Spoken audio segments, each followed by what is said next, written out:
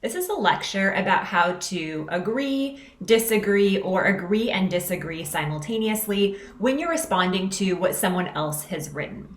Now, the textbook They Say, I Say uses a lot of templates. They offer students templates that they can use. And I know a lot of people bristle at this idea of templates. It seems so formulaic or just like you're filling in the blanks. And you don't have to use the templates if you don't want to. But you might find that the templates give you a framework. They elevate your sentences and make your writing sound more sophisticated. So the writers of your textbook are arguing that there are certain rhetorical moves or certain strategies that professional writers use when they're writing. And we might as well be direct with students and tell them what those strategies are, show them those templates so they can try to use them in their own writing. Let's take a look at some templates for disagreeing, when you want to disagree with what another writer has said. And in English 101, in this class, we are often writing as a response to what other people have written, right? Writing doesn't happen in a vacuum. We write as a response to what critics or scholars or politicians have already said. So here are some templates you can use when you're disagreeing. Professor George Costanza's claim that wheat bread is better than rye bread rests upon the questionable assumption that, and then you would fill that in. So what you can do is you can take a look at the writer's assumption, the underlying assumptions in their text, and you can pull that apart. You can disagree with some of the assumptions. I disagree with Professor George Costanza's view that wheat bread is better than white bread because, as recent research has shown, and then you tell me what your research has shown you. Indeed, and then include your overall argument. So it's okay to use first person in essay number 1 and in many essays, depending upon the prompt. You might be allowed to use first person. For this essay, it's okay. In other assignments, you don't want to use first person or you don't want to announce your intentions. Again, first person is fine for this essay. It helps you be really clear about your stance. Here's another one. George Costanza argues that wheat bread is better than rye bread because it's easier to find and has a longer shelf life.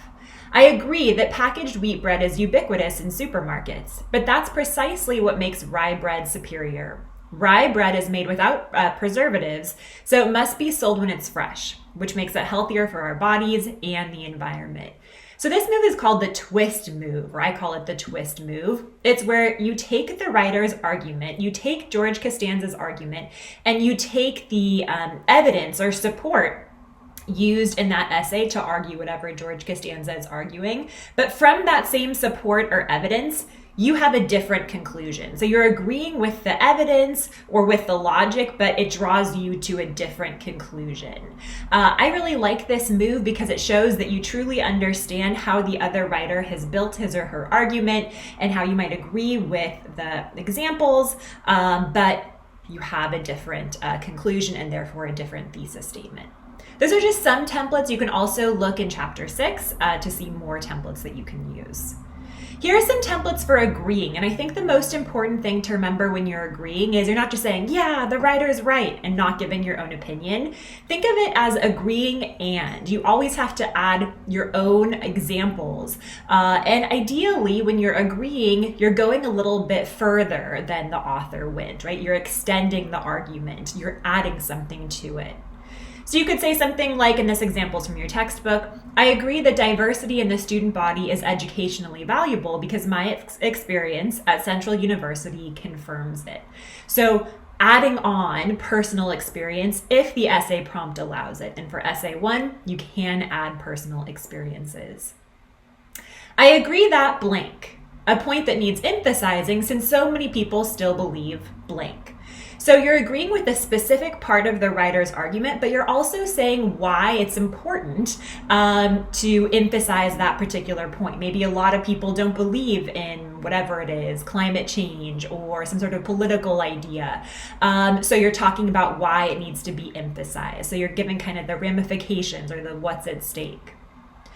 If group X, whatever that might be, supporters of a particular proposition or people who want to change legislation, if group X is right that blank, as I think they are, then we need to reassess the popular assumption that blank. So that's another way that you can introduce what another writer or another group of people might believe, and then talk about the underlying assumption and unpack it and talk about why we might need to reassess it. And then here's another one, George Costanza's theory of whatever it is, maybe it's education reform, whatever, is useful because it sheds light on the difficult problem of such and such. So you're agreeing with the argument, but you're saying why that argument is important. And you're hopefully extending the argument beyond just what George Costanza has already said. My favorite way to interact with a text is to agree and disagree. Now, it's not always the best idea to agree and disagree, but I find that the best writers tend to do a little bit of both. And agreeing and disagreeing does not mean you're wishy-washy or you don't have a stance. You should still have a stance, but you might agree with part of what the author says and not the other part. Your argument might just be a little bit more complex. So although I agree with X up to a point, I cannot accept her overarching assumption that Y, whatever it is. So you talk about what parts of the article you agree with, and then you talk about where you draw the line or what assumption she makes that you disagree with, or what examples you take issue with. Though I concede that blank, I still insist that blank. So making a concession always makes you seem more reasonable. A concession is when you admit or grant that the other point of view has some valid arguments, has some good points, has some powerful data. So you make a concession not to make yourself look weaker, but actually to seem stronger and more credible when you're writing. But notice how it's still pretty firm. I concede X, but I still insist that whatever the argument is. Whereas X provides ample evidence that whatever, Y and Z's research on whatever topics convinces me that such and such. So in this template or in this model, you're talking about what one writer argues based on the evidence and how additional research might complicate that argument. Here's some advice for using these templates or for agreeing, disagreeing, or a little bit of both. When you're agreeing, make sure you're not just parroting. Like I said before, think yes and, extend the argument, add to the argument, talk about what's at stake or why it's important. Always include your reason. Whichever template you use, you always need to include a reason. You might have a clause that has a because in it or a since in it. Think about how, why, and so what questions. Remember to disagree with arguments rather than attacking people, so you want to avoid the ad hominem or against the person logical fallacy. It doesn't really help support your argument to point out the writer's hypocrisy in their personal lives, unless, of course, that has something to do with the topic that the writer is writing about. Focus on arguments, not the people themselves. Make sure you understand the writer's argument before you agree or disagree. So there's nothing worse than mischaracterizing somebody else's argument, whether it's intentionally or unintentionally, mischaracterizing or misrepresenting or watering down their argument. This is similar to the straw man fallacy.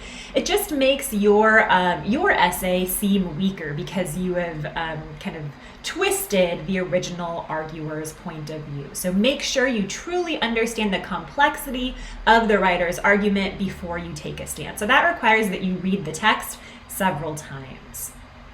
Complexity is good. Like I said before, I think the best writers tend to do a little bit of both. They make some concessions, they agree and disagree, but they still have a stance. Generally, you want to come out on one side or the other, even if it's complex. In some essay assignments, not this one, but in some essay assignments, it's okay to be much more ambivalent, especially if the text is particularly challenging and the issue is particularly complex. But for this essay, even if you agree and disagree, ultimately I want you to be tipped in one direction. Or tell me which part you agree with and which part you disagree with. Remember that it's okay to be passionate and reasonable at the same time. So despite what social media might teach us and what our politicians might teach us, in academic writing, we can be fiery, we can be passionate, we can really believe that what we're saying matters, but we can also be reasonable. We don't want to resort to scare tactics or misrepresenting the other point of view or attacking the writer. To a reader who's paying attention, that's just going to make your writing seem less credible.